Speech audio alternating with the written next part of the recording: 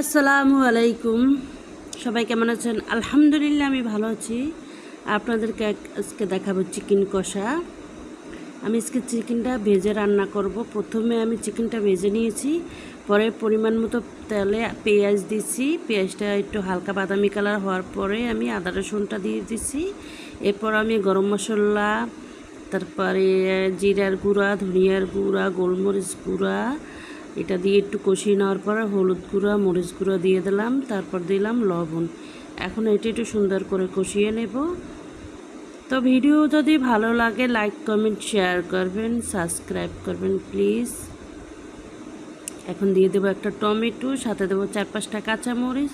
এটা দিয়ে কষিয়ে নেওয়ার পরে এখন আবার দিয়ে দেবো মুরগির গোশত ভাজিয়ে রাখছি, ওইটা দিয়ে অনেকক্ষণ কষাবো। কষানোর পরে পানি দিয়ে নেব।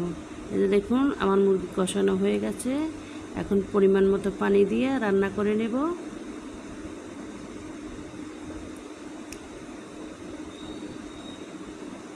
আমার মুরগির রান্না শেষ, ফাইনাল লুক। আসসালামু আলাইকুম, ধন্যবাদ সবাইকে, আল্লাহ হাফেজ।